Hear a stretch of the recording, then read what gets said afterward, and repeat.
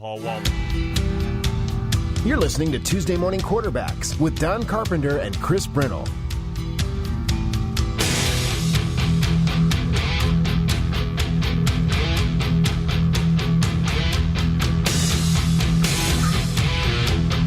News Talk 1270 KIML.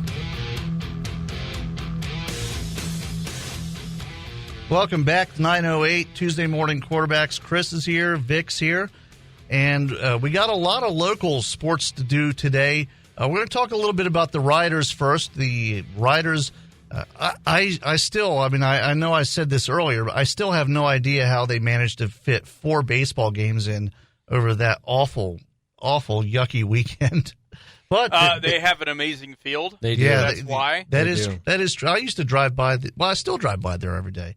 It really is a nice facility. But oh boy, it was just an ugly weekend. Yeah, and on Sunday they just fought through. It rained at times during the game. They just kind of fought through it. The rain was light. I think that's what helped. There wasn't a whole lot of downpours all weekend. So. Yeah. And no that lightning matters. Did you guys have? I was in Buffalo all weekend long. So did you guys have? Flash flood warnings or flash flood watches down here at all? No. I think that we had a flash there was flood one warning yesterday, in Buffalo. I think. Yeah, and I think like further down in the state there was a bit of that, but I think it was pretty much, at least in this region, it was right in the Buffalo and. Well, I was driving home and I was talking to Terry yesterday. I was driving home while I was listening to you, Chris. It was like, I don't know, 5:30, 6 o'clock or something yesterday. And they have those hazard messages on the interstate. I was driving on 90, and it said, I think for mile marker 82 to 96 or something, how there was a flash flood warning. And I was talking to Terry. I said, you know if the interstate was closed or anything, because I was already driving, so I wasn't going to look on my phone. But he didn't hear anything, because I was wondering if the interstate was closed, because flash flooding. But there was no rain. I guess it all dried up. But, yeah, I was just curious how it all went, because that's why I was texting you over the weekend. How were you able to get games in? But I figured you'd be able to at least get something in. How many games did you get in on Sunday? Do you have like late night games or something? Well, we had just the one game scheduled. Okay. For 5 Sundays, so that's the only game we got in. So we got in all the 4 games that they wanted to. Some of the other teams didn't get all of their games in because they were scheduled earlier in the day. It was much worse, right? As far as that's concerned. Yeah, so it did clear up a little bit. Yeah, it did. Okay, so let's talk about how the Riders. I could go on about weather all day, but how did the Riders do? Well, they had a good weekend, 4-0 at the 2015 Spring Classic. For the week, they went 6-1 actually, because they started the week sweeping Spearfish on the road. They lost to the Hard Hats of Rapid City on Wednesday, but then at Lackey Memorial Stadium, this team is almost unbeatable. They've only lost one time at Lackey Memorial Stadium. They go 4-0. They beat Sheridan twice. Sheridan's woes in both of those games came in the 6th inning. In Game 1, it was no score through 5.5 innings and a pitcher's duel. Gillette then scored 7 runs. Yesterday, Sheridan went into the 6th with a 4-2 lead. Gillette scored 4 runs to take the 6-4 win. So Gillette's playing good right now. I'll give a brief overview of this baseball team currently. Pitching-wise, 1.98 team ERA. So they're pitching lights out right now. The starters are on quite a streak. 66 innings pitched. They've only allowed 10 earned runs in that span. They're 10-1 with an ERA of under 1. The Riders have won 11 of their last 12. This team's rolling. Now, if you're talking about concerns, though, it's definitely at the plate. You're talking about a team early in May was hitting 327 as a team. They're down hitting in the 290s now. So they're still having some issues at the plate, although this weekend they got some timely hitting. Well, when you talk about playing better teams, that's where the issues at the plate have come, and they got quite a few players slumping right now. That's why we were talking about on my station earlier today how I was driving home yesterday. It was tied at 2-2 when I started listening between Sheridan and Gillette. Sheridan took a 4-2 lead, top of the 6th inning. Gillette came back and responded with a 4-run. You mentioned a 4-run, bottom of the 6th, and they got. I want to say they tied it. They tied it with only 1 out, I believe. Yeah, with only 1 out. So they had a rally going, and they, with a 1-out rally, able to get a couple runs with a 1-out rally is pretty impressive. And they had some bloop hits. They played. They got a couple breaks defensively from Sheridan as well in that one. Right. But you got to put that out there as well. But the fact they were able to hit when they needed to hit, that's good, and that's one thing that we were talking. I think we were talking about this last week. Is what is tougher to do? Improve on hitting, or improve on pitching? And if you get into a hot streak on hitting like that, then you can build upon it, and you get motivation to keep on going in that regard. And really, me and Nate, as we go to the interview, me and Nate talked about that extensively this morning, about pitching, hitting, and where this team is at right now, and actually where they want to be by the end of the year. Now joining me is 10th-year Rough Rider manager Nate Perleyberg. Hey, Nate, how are you? Good, Chris. Thanks for having me. Now, your team is playing good baseball right now, winning 11 of its last 12 contests. What is your reaction to how your team is playing? Yeah, I think we're playing good baseball. We're seeing growth every day, and the four facets of hitting, pitching, defense, and base running. We've seen them all displayed this weekend at a high level, and hopefully getting into June now, into the dog days a little bit here. We get into June and July, we can really keep this going. Now, your pitching has been spectacular of late, especially the starters. In your last 12 starts, your starters have allowed just 10 earned runs in 66 innings. Plus, your team's ERA is under 2. It's really a credit to our pitchers, to our coaching staff, to our catchers. We got great catchers here, and Drayson and Tyler and Austin Warner's come up and caught this year. Our assistant coach Ryan Eilis calls a great game behind with our catchers and calling pitches. But our pitchers really work hard in between their starts, and they kind of buy into the program that we put them through. It's a little unorthodox, and we really make them prepare hard for their starts. There's not a lot of rest in between. It's really trying to, we look at pitching as a breakdown process, and we got to build back up in between starts. We really try to get after it in those days leading up to our starts, and we put a lot of emphasis on it because our program believes that pitching is the number one thing. Now, all year, your defense has made great defensive plays. However, there have been those games where your ball club commits a lot of errors. How would you grade your defensive play so far this season? I think it's really good. Once in a while, we might forget what we're doing for a little bit, I think. But, mechanically and stuff like that, I think we're pretty sound, and we've got good athletes that we can put out there. So, sometimes things just happen, and it's good to, have to pitch through some adversity sometimes with some runners on, and we'd like to make all the plays, but, everyone makes mistakes. You see it in the pros as well. So, I really like where we're at pitching-wise and defensively. Like to see us continue to grow at the plate is the biggest thing right now. Well, that brings me to my next question. Lately, you've mixed up your batting order quite a bit. How do you feel about the way your team has hit of late? Yeah, I liked our approaches yesterday against Sheridan. We were much more aggressive. Guys walked up there and kind of acted the part a little bit more. And, it's easy to give away at bats. You think you have 250 of them in a summer, and it's not that big a deal. In the game, we're up by 5 runs or whatever. But those habits really lead to routines and how you perform. And yesterday, I felt like we took our at-bats more seriously, and we had, I think, 11 hits yesterday and hit some balls hard. And I really think it'll come. Early in the season, it seems like the hitting's always behind the pitching, and then as the summer goes on, the hitters tend to catch up when they've seen enough live pitching. So I think once we get into a little more consistent routine with our games, starting here when school gets out, I think our hitting will continue to pick up. Well, thanks, Nate. I appreciate it. Thanks, Chris. And we're back, and with the riders, the thing we have to remember, and we talked about this.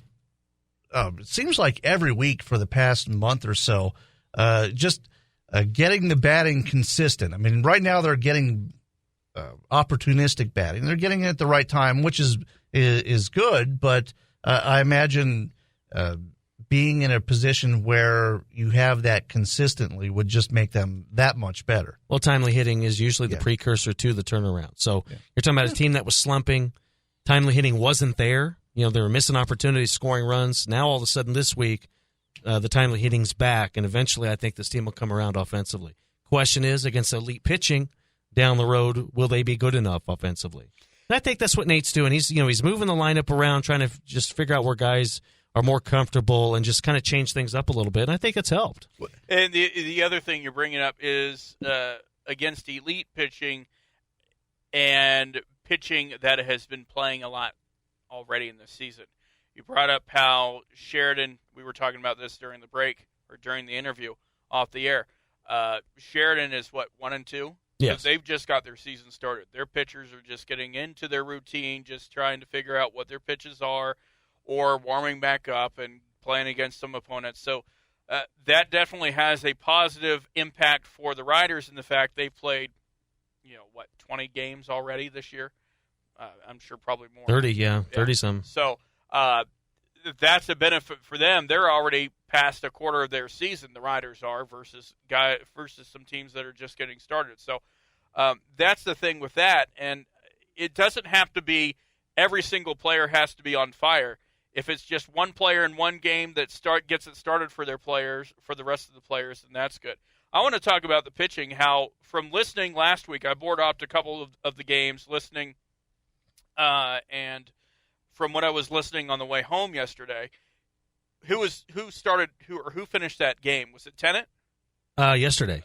Yeah, last night. Ian Durgan. It was Ian Durgan. Second complete game of the year, by the way. Durgan, I think he had either 2 strikeouts or 3 strikeouts to wrap up that game. Yeah. And there was a span in that game where he struck out 5 straight batters, too. And he had 9 strikeouts in the game. 10.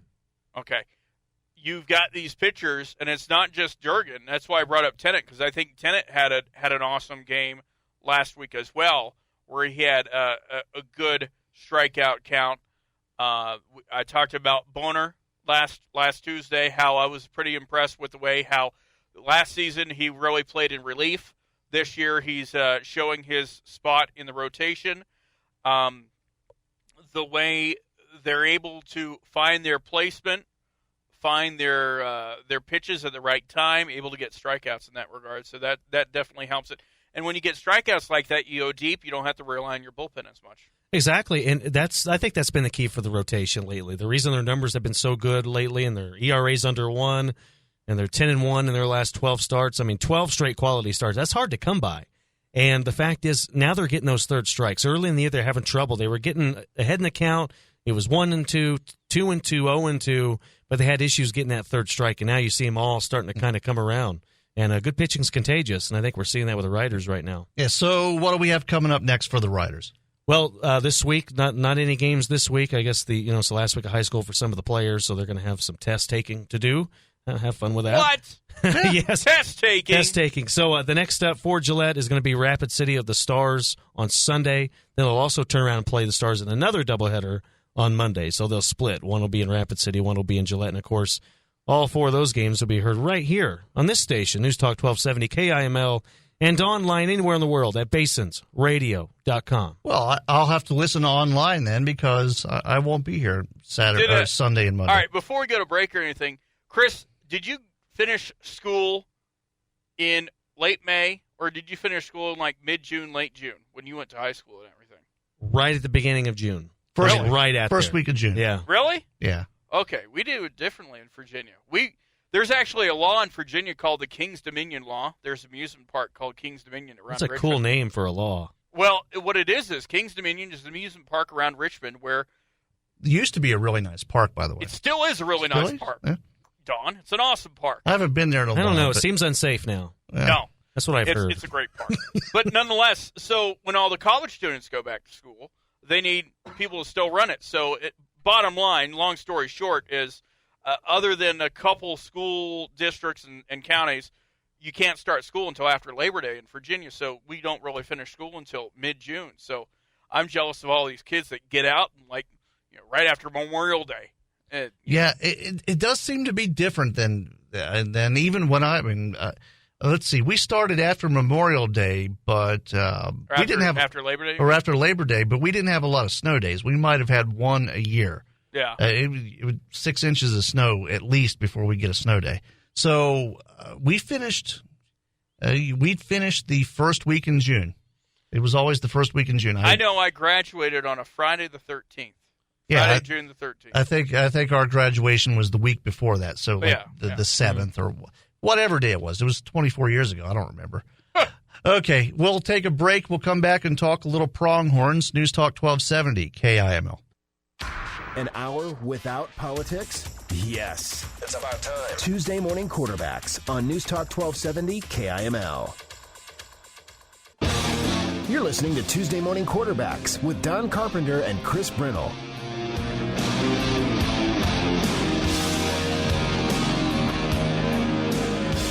News Talk 1270 KIML. Okay, that's welcome. That's not a good bumper music to use, if you ask me. I mean, great song, but the voiceover guy, it's just no. Just the beat, I don't know. I don't know about that one. It's perfect for a sports segment. The way he talks over it, it was. It sounds like. Yeah, it was probably. I can't remember when I put that together. I enjoyed it very much. Don't listen to Vic. What does he know? I have absolutely no musical. Hey, here comes. I'm just going to turn your mic down. I have absolutely no musical ability, so I don't know if it's on beat or in harmony or not. Okay, we'll try that again. You know, we'll just lead in with my music then. Maybe he'll like the NWO theme. Well, hold on. Let's see. We'll get you. Let's see. I'm scared now. There's nothing to be scared of. No, you're fine. You're safe. What is the NWO? Well, you may not be safe, actually. Okay. Oh, here's this one. Chris Brennell. Oh, yeah. Now that is the stuff. Oh, here we go. This gets me going right here, DC. We're fine. I'm going to start shaking things. Chris Brennell. Why don't I have one? It'd be like Melody Judge going, Vic, right. Vic, right. Yeah, with probably NSYNC's Bye Bye Bye playing in the background. Well, send us a clip. Justin Timberlake, Cry Me a River. You have dry audio of our female imaging artist, right? Oh yeah, I'm sure I do. Rachel. Yeah, she's like one of the most famous voiceover artists. Oh, she is. Oh yeah. I had no idea. Good old Rachel. She's pretty attractive. I'm a big fan of Rachel. Let me tell you, she has a nice voice. She does. She's very good. Well, that's not all that's nice. That too. Yeah, she works for Clear Channel on her day job. Oh, okay. I know. I email her all the time. I never get a response, but there's emails sent her way. Yes. Well, one of these days, DC. One of these days, they'll be subpoenaed. They'll be part of a police report. Yes. Yeah, I'm sure they will. Oh man. You wouldn't be the first person from this station to stalk her. Wow. Okay. Not me. Not me either. All right, let's talk sports. Pronghorns. Yes, a couple big signings for the Pronghorns. Yeah, a couple of them, two of them. Angie Murnian, I guess is how you pronounce her name. I forgot to ask head coach Will Ryder that. But anyhow, Angie is from Grass Range Public School out of Roy, Montana. And also signing was Tylea Reyna. And Tylea, she actually signed first, then Angie signed. Angie signed I think it was posted maybe 2 hours after we finished the show last Tuesday. But anyhow, Tylea is the one that was from New Mexico. We talked about Tylea. Angie signed 2 hours, like I said, after the show last Tuesday. So Ryder's going to talk about Angie first, and he's going to talk about Tylea. Here is Coach Ryder. College Pronghorn women's basketball team. And Coach Ryder, once again, you've been busy adding players to your squad, 2 of them to be exact. Let's start out with the latest one that you brought in just recently from Montana. Well, Angie Murnian, yeah, she's a 5'10" post player, a forward that played on 4 consecutive state contenders in Class C up in Montana. She and one of her teammates were teammates since they were 3rd grade, and they pretty much led their team all the way through. They got to the state finals, 4 consecutive years. They didn't even get to the championship game, but they finished third a year ago, and in this last year, they got all the way to the tournament. Didn't qualify for the money, but she's a very solid player. She's played a lot of club ball in the summertime with some of the better players in Montana, and we're excited to have her on board. She's going to be a real versatile player that can do a lot of things. What are you going to use Angie as? Well, she'll be a 3-4 type player. She'll be a swing forward that'll be able to play inside. I kind of look at her very much like we did with Callie Wilson this last season. Where she started out in high school as a 4-5 and got most of her talent and her playing time experience in the middle in the lane. And then as she came to the college game, she moved away a little bit and started becoming a perimeter player. And that's kind of like the plan that we have for Angie. She'll start out more of an inside threat and working to the outside, and then by her sophomore season, she should be a real solid perimeter player with a real good inside game as well. Before you signed Angie, you also signed another player from New Mexico, maybe about a week or so before you signed Angie. Tell me about her. Tylea Reyna out of Gallup High School in New Mexico. Comes from a very, very solid program. I mean, Gallup is usually in the top 5 in the state every year in the 5A division. Which is not the highest, but it's the second highest division in New Mexico. So, she comes from a real solid program, a tremendous shooter, great ball skills and basketball IQ. I just think that she's going to be a real positive for us. She's one of those kids that can put it in the basket from about anywhere on the floor. And, she's quick and she's athletic, and, we're really fortunate to have her. Like I said, she comes from a really good program, and, we've tried to get a couple of players out of Gallup in the past, but, she's the first one that we've actually got reined in and signed. So, we're excited about her as well. I was taking a look at their program down there. I think this past season they did very good. I want to say lost the championship game by like 5 or 6 points. Yeah, and it was against a team they had beaten during the year, too. So it was really kind of a disappointment to them because they felt like they had a good shot at it. And they just didn't play as well as they normally did during the year. But, they've got a real solid team. And Coach Cam Turner there does a super job with his kids, and they play hard and they get after it. And they play the style of ball that we like to, very similar to what Gillette, the Campbell County kids do here. There's a lot of full court pressure and a lot of pushing up and down the floor, and it kind of lends itself right into the college game, and that's where we're going to try to be again next year. And how do you plan on using her on the squad this season? Well, she's going to be a shooter, and as well as a player that can get up and down the floor and spot up on the fast break, as well as defend. I mean, she gets up and down the floor pretty well.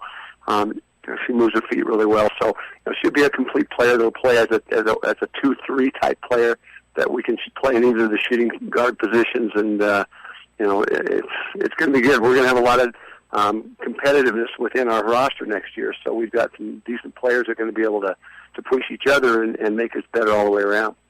So you've been busy. You've been doing a lot of things, signing a lot of players, getting the schedule ready, and also you still have some more spots open, some more spots available.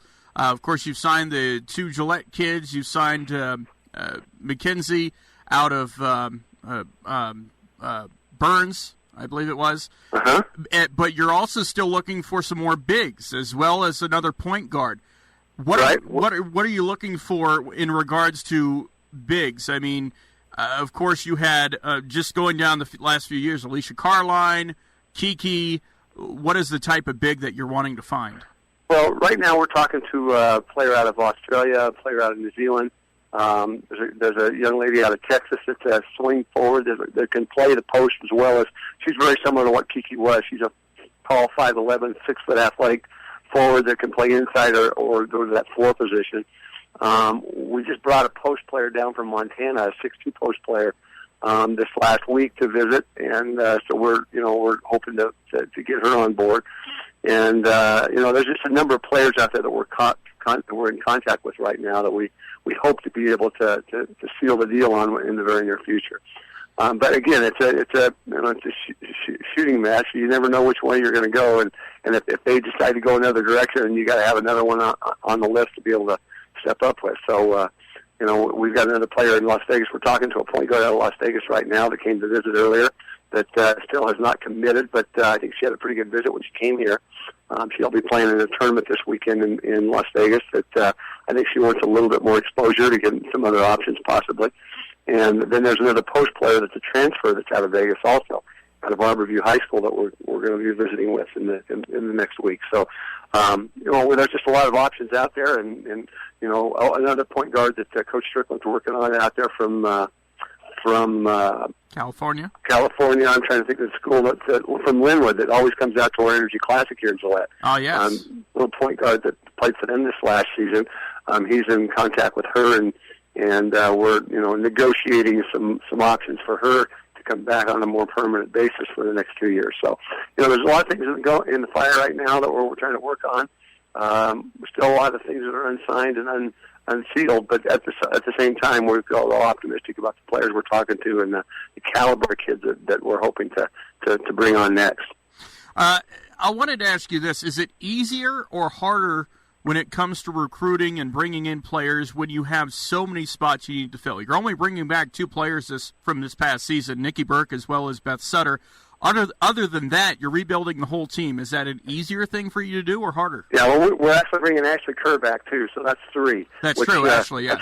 That's one more, but at the same time, it's difficult. It's, you never know. Every year you know you're going to have a 50% turnaround regardless. And then every now and then you'll lose a couple of freshmen due to change of direction, and maybe they just want to go someplace else to go closer to home or whatever. So, and this year we just had a big turnaround. But I kind of relegate this to the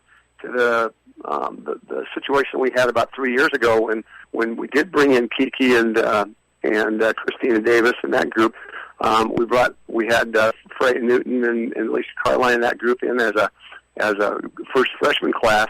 The season that we had 28-6 was a team that we only had 3 sophomores on that squad either, and so it's not an easy thing to deal with, but at the same time, I think you can get some new minds in, some fresh blood in there, some attitudes that basically come from, we're going to have a lot of good kids that are coming off of state championship games, with Gillette, with Gallup, with Angie from Montana. That there's going to be a lot of winning attitudes.